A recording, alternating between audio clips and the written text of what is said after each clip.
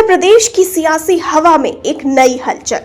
जी हां, जहां अखिलेश यादव अपने पीडीए फॉर्मूले से जातीय समीकरण साधने की कोशिश कर रहे हैं, वहीं योगी सरकार के मंत्री डॉक्टर संजय निषाद अब मछुआ समाज को लेकर संवैधानिक अधिकार रथ यात्रा के जरिए एक नई कहानी लिखने निकल पड़े हैं।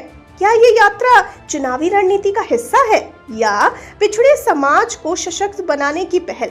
आइए जानते हैं इस सियासी सफर का सच। आपको बता दें कि उत्तर प्रदेश की सियासत में एक बार फिर से जातीय समीकरणों की गूंज सुनाई दे रही है। अखिलेश यादव के पीडीए यानी पिछड़ा, दलित और अल्पसंख्यक फॉर्मूले को चुनौती देने के लिए मुख्यमंत्री योगी आदित्यनाथ के कैबिनेट मंत्री और निषाद पार्टी प्रमुख डॉक्टर संजय कुमार निषाद मैदान में उतर चुके हैं। डॉक्टर संजय निषाद ने घोषणा की है कि उनकी पार्टी जल्द ही संवैधानिक अधिकार रथ यात्रा शुरू करेगी। इस यात्रा का मुख्य उद्देश्य मछुआ समाज और अन्य पिछड़ी जातियों को विकास की मुख्य धारा से जोड़ना है और यह यात्रा उत्तर प्रदेश के 18 मंडलों से गुजरेगी और प्रदेश की 200 मछुआ समाज बाहुल्य विधानसभा सीटों को कवर करेगी।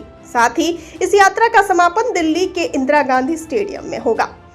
मंत्री डॉक्टर निषाद का कहना है कि दिल्ली और लखनऊ में बैठकर पिछड़ी जातियों का उत्थान नहीं हो सकता। हमने देखा है कि पूर्ववर्ती सरकारों ने हमेशा निषाद, मल्लाह, बिंद और कश्यप जैसी जातियों को अनदेखा किया। यहाँ तक कि अनुसूचित जाति में होने के बावजूद इन्हें उनके अधिकारों से वंचित रखा गया। लेकिन अब समय बदल चुका है। डॉक्टर निषाद ने बताया कि उनकी इस यात्रा का मकसद समाज के गरीब और वंचित तबके को सरकारी योजनाओं का लाभ पहुंचाना है।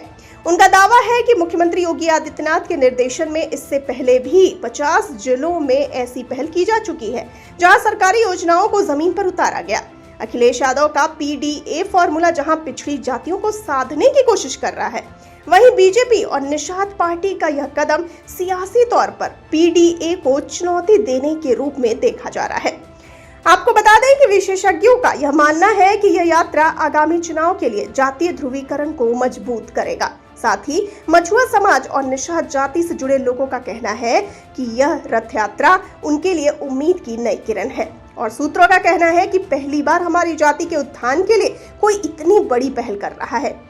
वहीं विपक्षी दलों और कुछ जनता का ये मानना है कि यह यात्रा सिर्फ चुनावी हथकंडा है। उनके अनुसार यह सब अपने वोट बैंक की राजनीति के लिए है। यह कदम एक तरफ समाज के वंचित वर्गों के लिए सकारात्मक पहल है, लेकिन इसे पूरी तरह से चुनावी नजरिए से अलग नहीं देखा जा सकता।